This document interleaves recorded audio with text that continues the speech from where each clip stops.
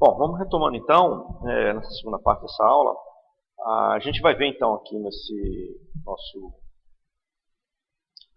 slides, a gente vai ver o comportamento DC, dar continuidade no estudo do comportamento DC, e vamos ver a resposta dinâmica, né, transiente desse dispositivo. Quando a tensão, por exemplo, do inversor está subindo, tá certo? Os dois transistores eles vão estar tendo uma resposta dinâmica, tá certo? Tá? E aí a gente tem que levantar essa resposta dinâmica, entender essa boa característica. O que vai acontecer com a saída com função dessa mudança dinâmica na entrada, certo? Tá? Então vamos dar uma olhadinha então continuar um pouco essa resposta DC, tá certo? Vamos falar de níveis lógicos e margem de ruído, certo? É uma coisa importante nesse dispositivo. Vamos falar da resposta transiente, vamos fazer uma estimativa um pouco mais precisa sobre o delay desse dispositivo, certo? Tá? A gente fez por enquanto uma estimativa bem digamos, não aproximada, o valor exatamente aquele, tá certo? Tá? Mas a gente pode refinar um pouco melhor. Bom, mas aí a gente tem uma atividadezinha aqui para vocês, tá certo? Que é o seguinte, meio que retomar o que vocês aprenderam até esse momento, tá? Relembrar para vocês o que vocês viram até agora. O que é que vai acontecer se a largura do transistor aumentar? O que é que ocorre com a corrente? Ela aumenta, ela diminui ou ela não muda? Qual é a resposta dessa pergunta? Alguém quer se arriscar? Se a largura do transistor aumenta, a corrente vai aumentar? É isso? Hein? Bom, vou marcar isso aí. E se o comprimento do transistor aumentar, a corrente, o que acontece com a corrente? Hein? O que acontece com a corrente se o comprimento do transistor aumentar? Ela não muda, ela diminui, ela aumenta? Diminui? Quem falou diminui? Tá bom, vou botar diminuir aqui. Se a fonte de alimentação do chip, a tensão de alimentação do chip aumenta, certo? A corrente máxima do transistor vai acontecer o quê?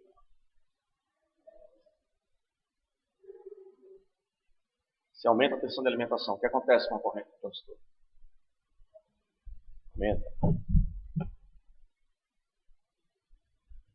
Se a largura do transistor aumenta, tá certo? O que vai ocorrer com a sua capacitância de gate? Aumenta. Se o comprimento do transistor aumenta, o que acontece com a sua capacitância de gate? Aumenta também. E se a fonte de alimentação do chip aumenta, o que acontece com a capacitância de gate de cada transistor? Não muda, né? Então nós tivemos, digamos, aumenta praticamente todos, menos no 2, não é isso? E aqui no 6 nós tivemos, não ocorre nenhuma mudança. Vamos ver. Então parece que vocês aí acertaram, né? Todas elas, tá certo? Tá? Tudo bem. Então, se a largura do transistor aumenta, a corrente vai obviamente aumentar. Se o comprimento do transistor aumenta, a corrente vai diminuir, né? Certo? Tá? Você também tem resistividade, né? Se o comprimento dele aumenta, tá certo? O ρL sobre A, no fundo esse L está aumentando. Consequentemente, o aumento de resistividade, o aumento de resistência. A resistência do canal vai ser maior. Se tem uma resistência maior, você vai ter corrente menor. Né? Somente tensão, certo? O restante correto, né? A tensão de alimentação aumenta, a corrente máxima aumenta, a largura do transistor aumenta, a capacitância do gate aumenta, se o comprimento do transistor aumenta, a capacitância do gate também aumenta, né? Só que ele vai ficar mais fininho, né? Com a largura mais fininha. Né? Se a tensão de alimentação aumenta, a capacitância de gate é uma característica física, geométrica do dispositivo, não depende da alimentação elétrica dele. Então é correto afirmar que não vai haver nenhuma mudança na capacitância de gate se a tensão aumentar, certo? Tudo bem. Então vamos lá. Vamos tentar entender a resposta desse circuito sob o ponto de vista da RC. Certo? A gente fez uma análise bem rápida, né? Disse que o delay é 6 RC. Tá certo? Do inversor, cuidado, viu? O delay do inversor era 6 RC. Tá? Ou seja, é um inversor olhando a carga de gate de um próximo inversor. Tá certo? Aqui a gente vai fazer uma análise mais detalhada desse delay, tá certo? Tá?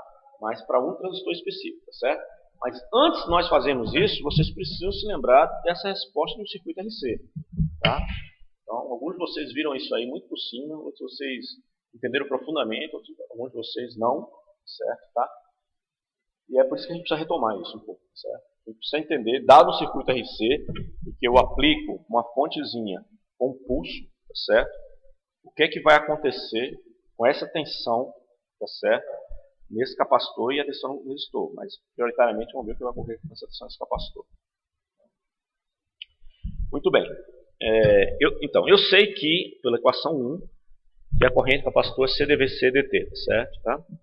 Bom, mas essa corrente, tá certo? Também, IC que passa aqui, é a mesma que passa também a IR que passa no resistor, né? Então, tem o IR aqui e tem o IC aqui. Essas duas correntes são exatamente a mesma. Aí elas são iguais. Bom, aqui eu estou dizendo que CD, CDV, DC, DT, e aqui eu estou dizendo o seguinte, olha, que a tensão em cima do resistor, essa tensão aqui é o quê? Essa tensão total V, do pulso que eu vou aplicar, menos VC, né? Então, é isso aqui tudo, né? Menos esse pedaço aqui, certo? Então, V menos VC, dividido por R, né? Porque obviamente tem uma resistência em cima do resistor, né? Resistor, obviamente. E aí eu tenho, então, a corrente, certo? R. Bom, mas isso é igual a IR, ou seja, 1 igual a 2. Então, nós podemos chegar aqui na equação 3 afirmando que esses dois termos são iguais. E isso me permite criar uma equação diferencial em relação a C, VC, certo? Em relação à tensão C. Eu tenho CdVdC, dt, mais VCRC, igual a um V grande sobre R, e eu estou dividindo por C, então essa equação aqui, 4, é a minha equação diferencial que representa o circuito. Quantos de vocês tiveram um curso de equações diferenciais aqui? Alguns, né? Muito bem. Então vocês sabem resolver isso aí, né? Certo? A equação diferencial simples, tem uma derivada com a tensão, mais a própria tensão, o restante é constante. O resto é constante. E a gente sabe que ela tem uma solução geral que é essa aqui, ó. Tá certo? A função VC vai ser a multiplicação de dois termos, A por B, em relação a P. Certo? Muito bem. Então, vamos primeiro resolver essa equação. Como é que a gente resolve isso, né? A gente resolve isso dizendo que vai ter uma solução homogênea e uma solução não homogênea. Né? Solução homogênea assumindo que esse termo daqui é zero, certo? Tá? Da minha equação diferencial. Então, assumindo que ele é zero, eu vou resolver isso, né? Então, eu passo isso aqui para o lado de lá. Vou ficar com menos VC sobre R. E está faltando um C aqui, né? É isso? Ah, não, RC. Tá certo. Aqui é que está faltando C, né? Tá certo. Preciso corrigir isso aí. Muito bem. E aí, eu jogando esse VC aqui para baixo, tá certo? Eu tenho um termo diferencial aí que só depende de VC e outro termo diferencial que só depende de DT. Então eu posso integrar esses dois lados, tá certo? Tá? Da minha igualdade. Esse lado aqui em relação a VC e esse lado aqui em relação a T, DT. Quando a minha tensão variar de 0 a VCT, né, eu vou ter o meu tempo variando de 0 a um tempo T qualquer. Certo? Então a derivada dVC sobre VC, tá certo? É a derivada, a integral, na realidade, perdão, a integral de 1 sobre x, né? No fundo aí, certo? Que a gente está querendo. Isso vai dar o log neperiano de VC, certo? Né? E do lado de cá o RC sai como constante e a integral de 0 a t de dt é t também, né? E o sinal negativo fica na frente, então fica isso aqui. Se eu agora fizer a exponenciação dos dois lados, certo? Colocar os dois lados, elevar os dois lados a E, ao contrário, né? Levar cada lado, levar I aos dois lados, eu vou ter então VC do lado de cá, porque a exponencial do log neperiano VC é VC, e desse lado de cá eu vou ter menos T sobre RC. Então eu tenho o que a gente chama de solução homogênea, tá certo? A primeira parte da minha solução, eu tenho aquele beta-T lá, BT, perdão. E esse BT aqui eu já tenho. Falta calcular o outro, tá certo? Tá? O outro T. Né? Tá legal? Bom, que é esse BT, isso aqui. Ok? Bom, vamos calcular outro termo. Quer dizer, a equação geral, aquela que é homogênea, como é que a gente resolve ela? Muito simples. Eu substituo aquele meu BT de volta, né? Meu BT era menos TRC. Substituo aqui, certo? Então, a minha solução geral vai ser um A que eu tenho que achar, né? Vezes o B, que é menos T sobre RC, certo? E aí eu resolvo isso fazendo a derivada, tá certo? Desse BC, tá certo? Tá? Por quê? Por que fazendo a derivada? Porque veja bem, olha, essa equação aqui, tá certo? Eu tenho a derivada T e tenho a própria função VC, perdão, e a derivada dela. Se eu derivar isso aqui, esse termo aqui é esse, ó, certo? E esse outro termo daqui, esse aqui, que só depende de A, certo? Tá? Então vocês vão ver que essa técnica permite com que você substitua tanto a derivada como a função aqui e encontre quem é o A. Ok?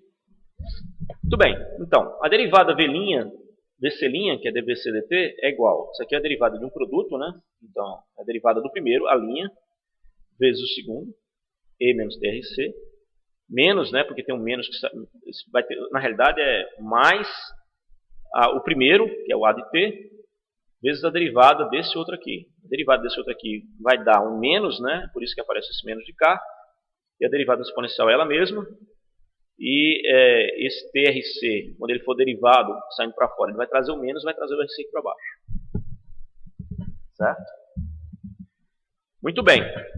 Então eu tenho agora a derivada, tá certo? E tenho a própria função VC. Então eu vou substituir esses dois termos aqui, ó, nessa equação 1 aqui. Então vamos substituir isso aí, ó. Então quem é dVC dt? dVC dt é isso aqui, é VC'. Então é esse trecho daqui, ó. Exatamente isso aqui, tudo que eu vou colocar aqui, ó. Certo? Isso aqui é isso. Mais VC sobre RC. Quem é VC? Bom, VC eu já tenho daqui, ó. Então é AT, tá certo? Vezes E elevado a menos TRC, tá certo? E tem um RC aqui embaixo que vem nessa equação. Então esse RC de baixo aqui é esse aqui, ó. Certo? Então esse outro termo daqui veio de cima. Tá legal? Bom, fazendo isso aí, tá certo? Eu observo o seguinte, ó, notem o seguinte, vai acontecer uma coisa interessante aqui, ó. Esse termo de K é igual a esse termo de K negativo, é o negativo dele, né? Tá certo? Então eu posso simplesmente cancelar esses dois. Então, nota a beleza disso aí, eu sumi com A. Porque isso aqui também é uma equação diferencial, né? Que tinha o A e a derivada dele. Isso é ruim, porque senão eu estou caindo em outra equação diferencial.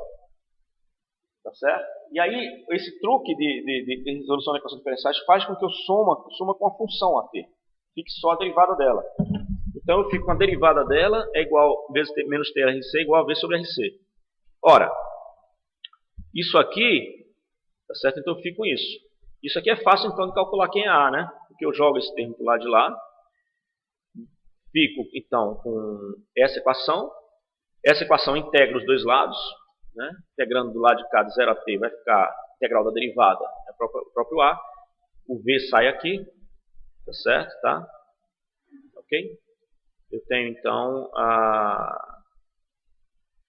tem um RC aqui, né?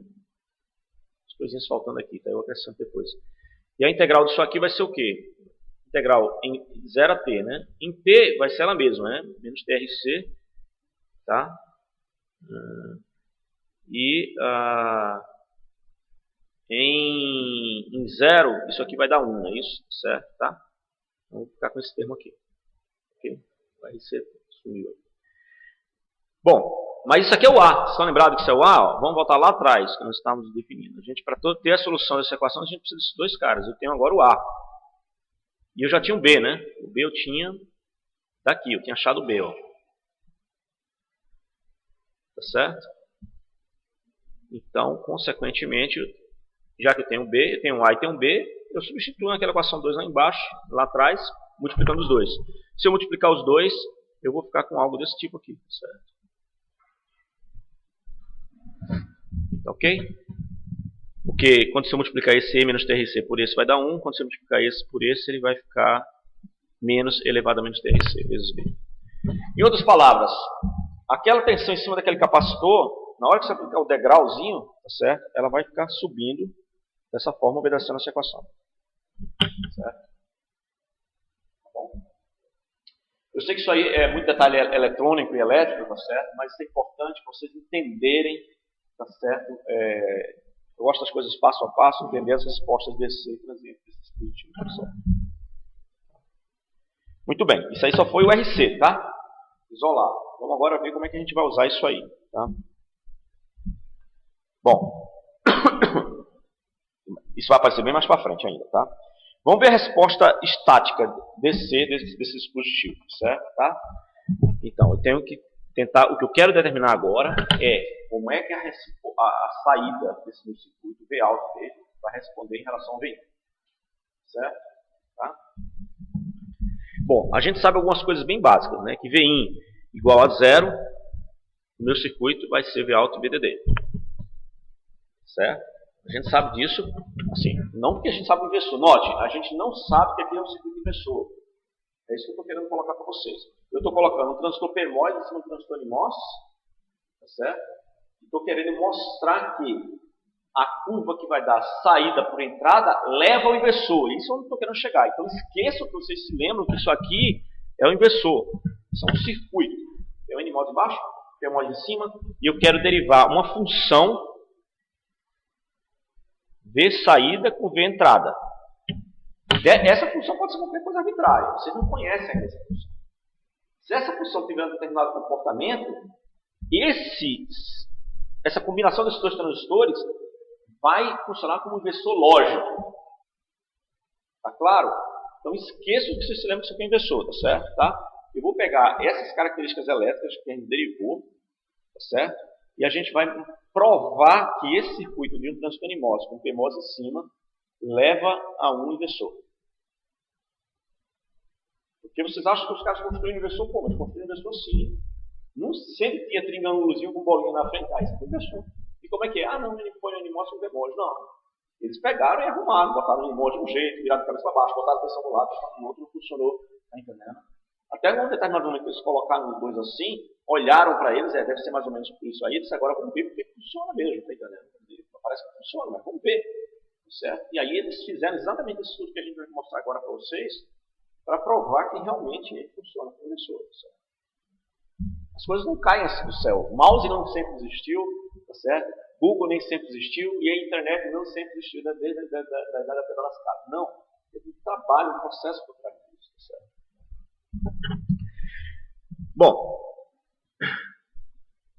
Bom, você sabe que se VIN também igual a DD, V alto é zero, né? Quer dizer, isso aqui é uma coisa que os caras devem colocar os transistores lá e viram, mediram, e acontece. Certo? Tá? Vamos ver o que acontece quando essa coisa está transitando, tá certo? Tá? Entre os dois, entre o momento que o VIN está zero, tá certo? Tá? E o VIN passa para VDD, e a saída, se observa, vai de VDD para zero, o que acontece? É isso que a gente quer ter uma resposta, tá certo? Essa mudança vai depender do tamanho e da corrente do transistor, capacidade de corrente dele. Essa mudança vai acontecer tão mais rápida quanto mais largo for o transistor, menor a resistividade dele, certo? A resistência dele do canal. Tá?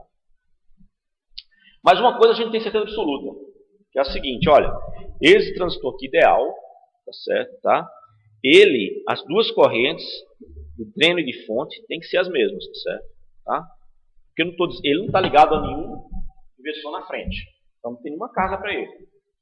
Certo? E eu estou assumindo que ele é ideal nesse momento. Estou assumindo que não tem capacitância de fonte, nem dreno, nem nada. Ele é um transistor puro. Certo?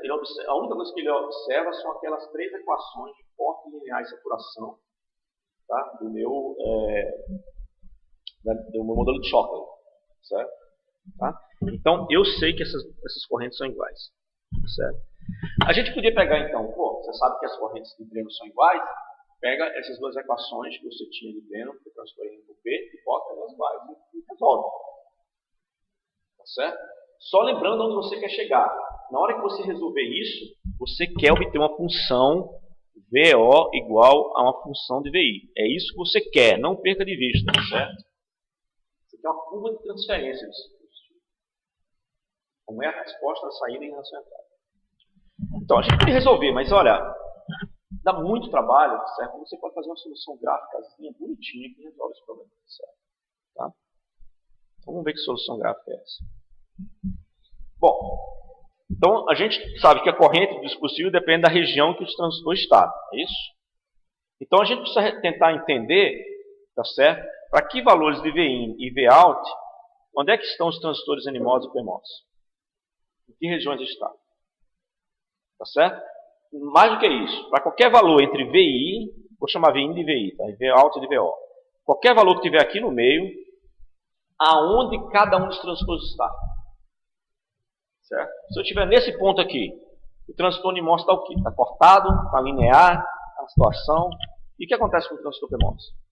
Tá? Vamos entender primeiro isso aí, tá? Então vamos lá. No corte, então aqui é uma tabelinha, corte, linear e saturação. A gente sabe que no corte, o VGS do meu transistor, é isso aqui, que é o meu VIN, né? VGS é VIN, tá lembrado só? Isso aqui é a mesma coisa que isso aqui. Certo? O meu GS, para ele estar cortado, o transistor NMOS, ele tem que estar o quê? Tem que ser menor do que o quê? Isso. VT, né? VTN, né? Ele está na região linear, o VGS tem que ser maior do que o quê?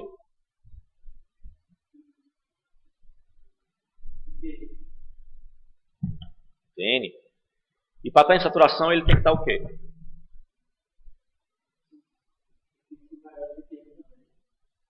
Ele tem que ser maior do que VTN. Tá.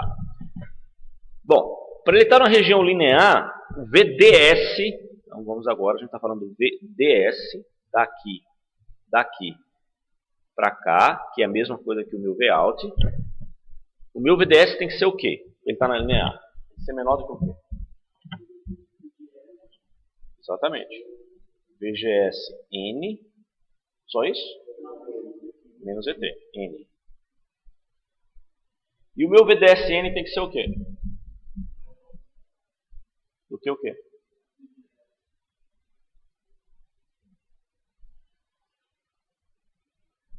Muito bem.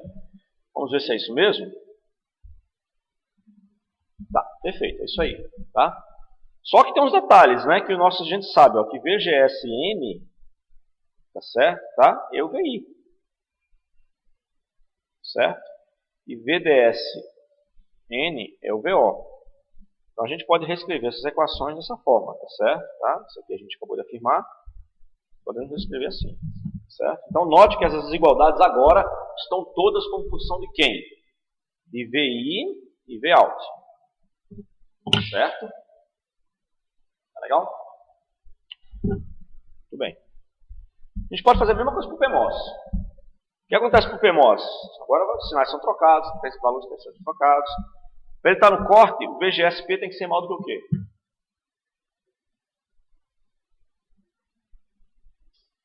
VTP, né? Ele está linear, vai ser a mesma coisa, pessoal. VTP. Só que como as tensões são trocadas, os sinais são trocados, tá certo? Não é isso? Tá? Alguma dúvida? Então vocês pensem, isso aqui eu vou deixar para vocês fazerem, tá certo? Tá? Pensa direitinho. Bom? Então, vai ser a mesma coisa, só que aqui, ó, o VDSP agora vai ter que ser maior que o VGSP no VT, e aqui na saturação ao contrário, vai ter que ser menor que o VGSP no VT.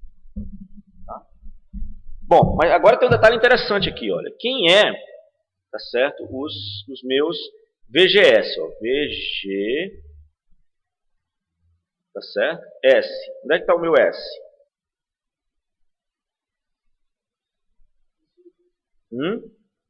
Aqui? Aqui? É aqui? Ou não? Quem é o VS? É sempre tensão. Tensão o quê?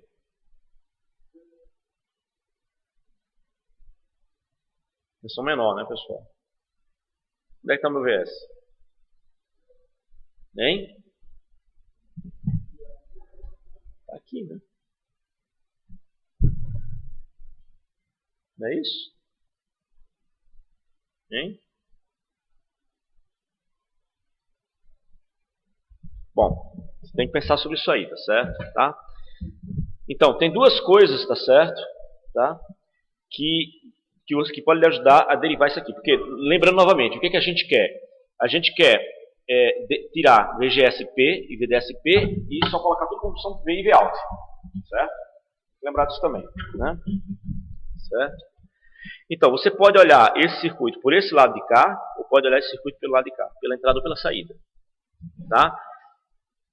Tá ok? Né? Tá certo? Então, fazendo isso aqui, você vai observar que VGSP é igual a VIN menos VDD, olhando por esse lado de cá, pela entrada, e olhando a saída por esse lado de cá, você vai ver que VDSP, que é essa tensão daqui para cá, tá certo? Tá? Vai ser Vout menos VDD. Certo? Tá ok? Vocês têm que lembrar que esses sinais dessas tensões aí podem ser negativos, certo? Tá? Como a gente está assumindo que VDS sempre, a tensão em potencial em S é sempre menor que potencial em D, então VDS vai ser positivo mesmo para o transistor P. Certo? Tá? Então essa é uma coisa que vocês têm que dar uma estudadinha, tá certo? Tá? Direitinho para não se falar com isso aí. Certo? Então, mas o truque é esse, tá certo? Se você olhar a entrada aqui, você vai ter GS, tá certo? Tá? E se você olhar a saída aqui, você vai ter DS, tá certo? Aí você consegue derivar isso. Ok?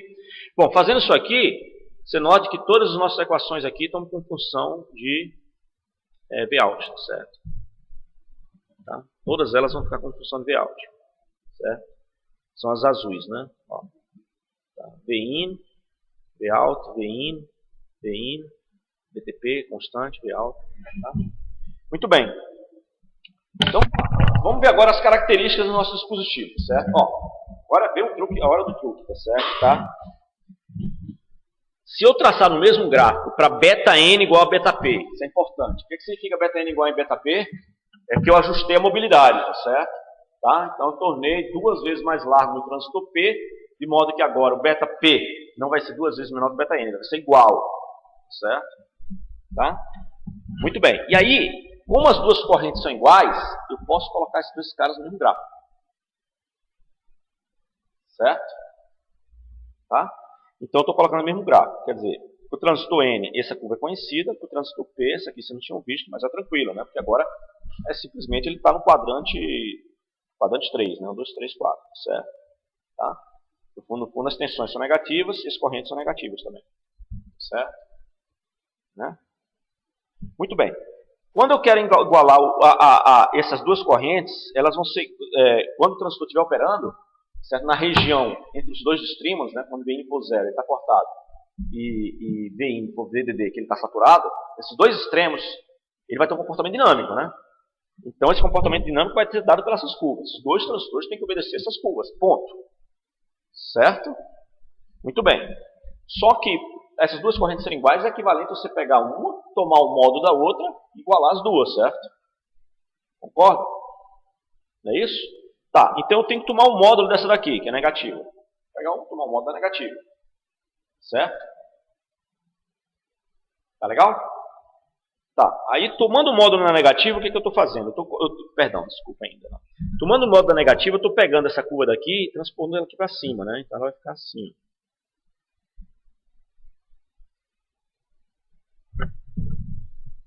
Certo?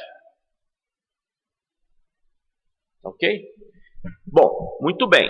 Só que agora as tensões são diferentes, né? O VDS desse cara aqui é positivo, está para cá. O VDS desse cara aqui é negativo, está para cá.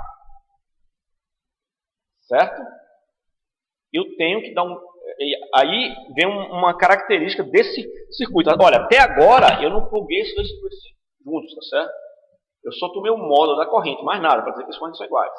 Agora eu estou conectando os dois circuitos não, os dois transistores. Na hora que eu conectar esses dois transistores, tem uma equação interessante aqui que diz o seguinte para mim, ó, que o VDS, presta atenção nisso aqui, ó, o VDSP é o Vout menos VDD. Disso aqui eu posso derivar, isso é importante, tá? Que Vout é igual a VDSP mais VDD, não é isso? É ou não é? Tá. Vout é pegar o VDS do P e somar VDD nele, certo? Alguma dúvida? Não. Muito bem. Mas, só desculpa, isso aqui só ocorre por quê? Porque eu peguei dois transistores e coloquei eles juntos, certo? Tá? Muito bem. Peguei um módulo para dizer que as duas correntes são iguais. E isso aqui, o que que é? Ó? Que eixo é esse aqui? Ó? Esse eixo aqui, ó,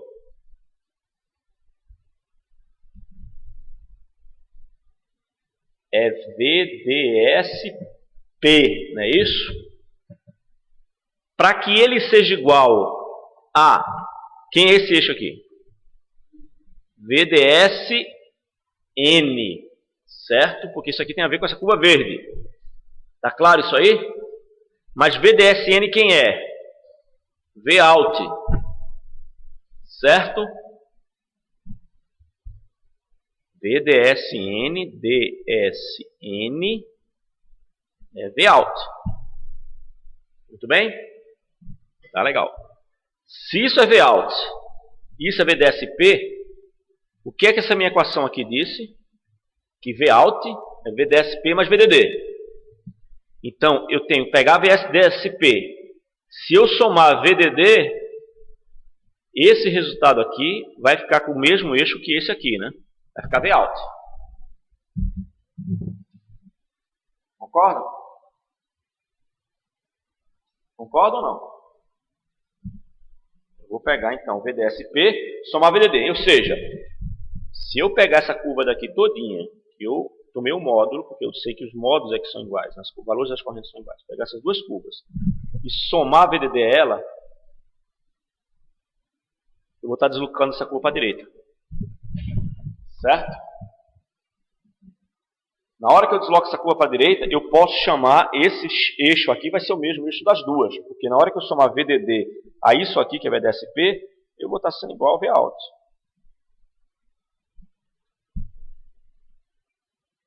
Tá claro isso? Muito bem. Na hora que eu faço isso, as duas curvas se sobrepõem. Certo? E aí começa a mágica de sobreposição delas. Certo? Ou seja, eu fiz tudo isso, igualei as correntes, tá certo? E coloquei as duas com o mesmo eixo X. Igualei as correntes, coloquei no mesmo eixo Y. E deslocando para mais VDD, eu coloquei as duas como sendo referenciadas a Vout. Então, no transistor N como P agora, estão referenciadas as curvas características dele, elétrica, estão referenciadas a Vout. Tá? Na hora que eu faço isso aí, essas duas curvas se sobrepõem. E qual é a solução, então, para se as duas correntes têm que ser iguais, o que ocorre, então?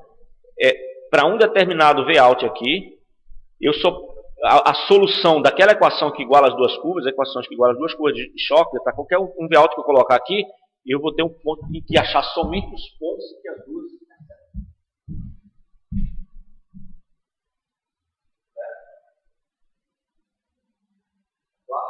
Aí você vai dizer, poxa, mas que ponto vai ser esse? Tem várias curvas aí, Guido.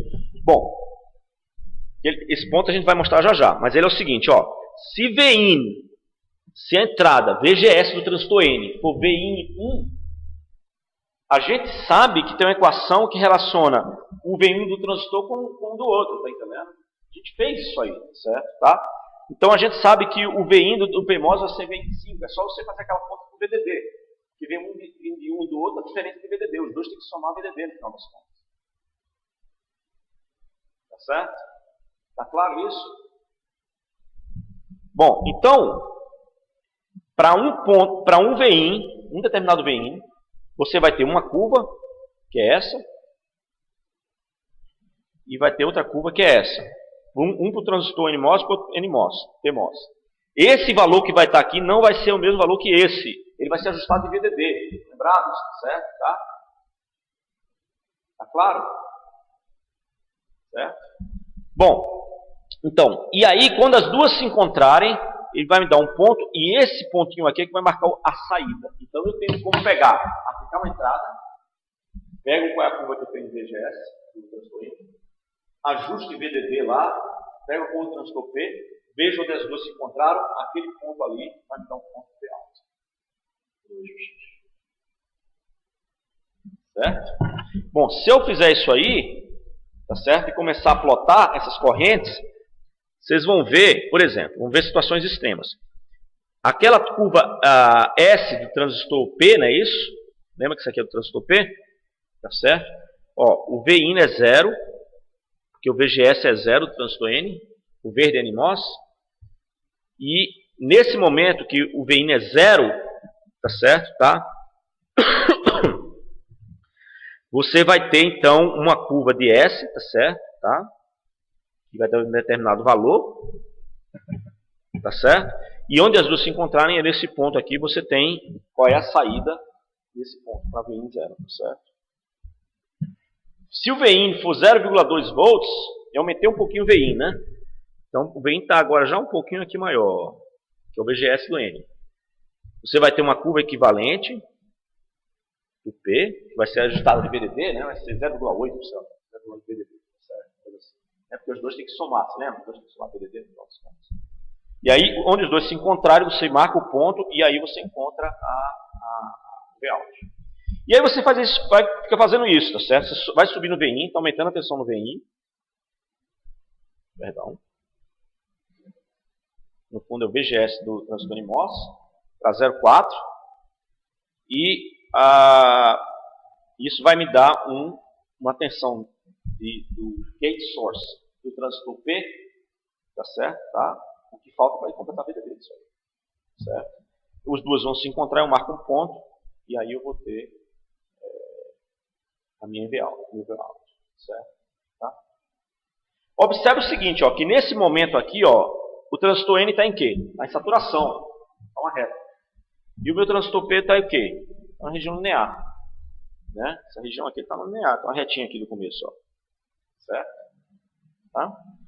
Então, você continua fazendo isso aí, vamos supor agora, olha que coisa interessante, esse teu ponto aqui, à medida que você for aumentando essa retinha, ó, o que vai acontecer com esse teu ponto? Esse teu ponto aqui vai dar um salto bem grande, daqui ele vai ter um ponto aqui, interseção, daqui a pouco ele vai saltar para cá, não vai? Que é justamente a comutação da saída, certo? Tá? A saída estava aqui, ó, diminuindo de valor, você estava aumentando a tensão, ó, estava aumentando a tensão, a minha saída estava diminuindo, né? E está fazendo um comportamento inversor, tá certo? Chega um determinado momento que ela salta daqui, ó, para cá, certo? A tensão cai mesmo. Se você está aumentando na entrada, ela varia um pouquinho e cai para 0. É um inversor, você está aumentando a tensão na entrada, a saída vai cair, tá certo? Aí depois ela vai diminuindo gradativamente, tá? Então, se você fizer essa análise, ó, olha agora, eu aumentei para 0,6 VDD. Com 0,4 VDD eu estava aqui, com 0,6 eu vou estar aqui, ó, tá certo? Porque eu saio andando naquela minha curva. Olha o ponto onde é que está. Certo? Tá? Bom, se eu continuar fazendo isso aí, 0,8 VDD, o meu VIN agora, eu estou falando que ele tem um valor alto, o transistor NMOS, e o PMOS, tá certo? O PMOS, ele vai estar diminuindo. Ó, lembra que essa curvinha do PMOS estava diminuindo, ó, tá vendo? Ó, ela está fazendo isso, ela estava assim, assim, agora está caindo. Ó. Né? E agora ela caiu para aqui. Aí o encontro aqui vai ser no 0, tá certo? Tá? A corrente volta a ser 0. E aí o que nós vamos ter? Aí, por exemplo, se o VIN, agora chegamos no VIN de VDD, tá certo? Você vai ter esse ponto aqui. Se você juntar todas essas curvas aí, você vai ter um negócio chamado load line, certo? Linha de carga. E essas interseções vão acontecendo, né? O meu dispositivo vai comutando. Então, vamos ver o que vai acontecer aqui, olha. O que é que vai estar ocorrendo? Vamos traçar um eixo rápido aqui. VI, Vout. Isso aqui é importante, tá? O que é que vai estar acontecendo nessa curva vermelha? A minha tensão de VI, eu estou aumentando. Ó, curva azul está aumentando, né? Tá vendo? Curva azul aumentando. Então, o meu VI está aumentando. E o meu Vout, quando o meu VI aqui, ó, é 0, meu VI é 0, né? O meu Vout vai ser VDD, então 0 VDD. Quando eu vou aumentando a tensão de VIN, tá certo? Eu estou subindo nessa curva e nessa ao mesmo tempo, pegando a interseção das duas. O que é que vai acontecer? Perdão, desculpa. Quando a tensão de entrada é 0, o meu Vout é VDD. Tá aqui, eu estou aqui em cima, certo?